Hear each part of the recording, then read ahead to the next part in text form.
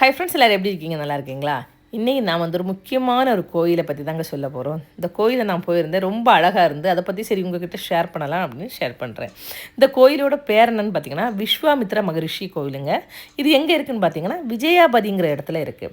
திருநெல்வேலி மாவட்டத்தில் நெல்லை குமரி நெடுஞ்சாலையில் உள்ள வள்ளியூர் இருக்குல்ல, அந்த வள்ளியூர்லேருந்து ராதாபுரம் போகணுங்க. ராதாபுரத்துலேருந்து விஜயாபதிங்கிற இடத்துக்கு போகணும். விஜயாபதி ஒரு கடலோர கிராமங்க. இங்கே தான் நம்மளோட விஸ்வாமித்திரர் தவக்கோலம் பூண்ட இடங்க. இந்த இடம் தவக்கோலத்தில் இருந்த இடம் இது. சரியா, இந்த இடம் நம்ம தலையெழுத்தே மாற்றுமா, அவ்வளோ பவர்ஃபுல்லான இடம். பிரம்ம ரிஷியான விஸ்வாமித்திரர் தவம் இருந்து யாகம் இருந்து அவர் இழந்த சக்தியை மீண்டும் பெற்ற இடம்தான் இந்த விஜயாபதியாங்க. இங்கே சகல மந்திரத்துக்கும் தாய் என்று போற்றப்படும் காயத்ரி மந்திரத்தை விஸ்வாமித்திரர் தான் அருளியிருக்காங்க. அது மாதிரி பார்த்தீங்கன்னா ராமபிரானுக்கும் லட்சுமணனுக்கும் பலா அதிபலா அப்படிங்கிற அற்புத மந்திரத்தை அருளி செய்தவரும் இந்த விஸ்வாமித்திரர் தானுங்க.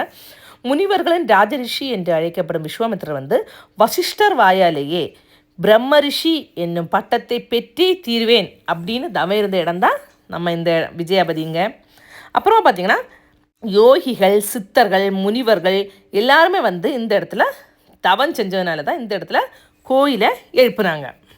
இப்போ ராமாயண கால சிறப்பு பெற்ற இடமா, அவ்வளோ பவர்ஃபுல்லான இடங்க இது. அப்புறம் பார்த்திங்கன்னா விஸ்வாமித்திரர் தங்கிய இடம் என்பதால் விஸ்வாமித்திரர் பேரி அப்படிங்கிற பேரும் இந்த கோயிலுக்கு இருக்காங்க. விஸ்வாமித்திரர் தங்குனனாலேயே விஸ்வாமித்திரர் பேரி அப்படிங்கிற பேரும் இந்த கோயிலுக்கு இருக்கிறான். அப்புறம் பார்த்திங்கன்னா இது ஒரு சித்தரோட பாதம் அப்படின்னு சொன்னாங்க. இது தெரியுது பார்த்திங்களா, இது சித்தர் பாதம் அப்படின்னு சொன்னாங்க. இந்த சித்தர் பாதத்தில் அவங்க என்னென்னா நம்மளை உள்ளுக்கே கூட்டிகிட்டு போய் அந்த கருவறைக்குள்ளாடி கூப்பிட்டுட்டு போய் அந்த சித்தர் பாதத்திலே கையை வச்சு வணங்கவும் செஞ்சாங்க. நம்ம மனசில் எதை வேண்டிக்கிட்டு நம்ம அங்கே சாமி கும்பிட்டாலும் நடக்கும் அப்படின்னு, ஏதாவது இழந்த செல்வத்தை திரும்ப பெறலாம் அப்படின்னு நம்ம கையால் நம்ம ஊதுபத்தி காட்டலாங்க. ஊதுபத்தி காட்டி நம்ம அந்த பாதத்தை தொட்டு கும்பிடலாம். சரியா?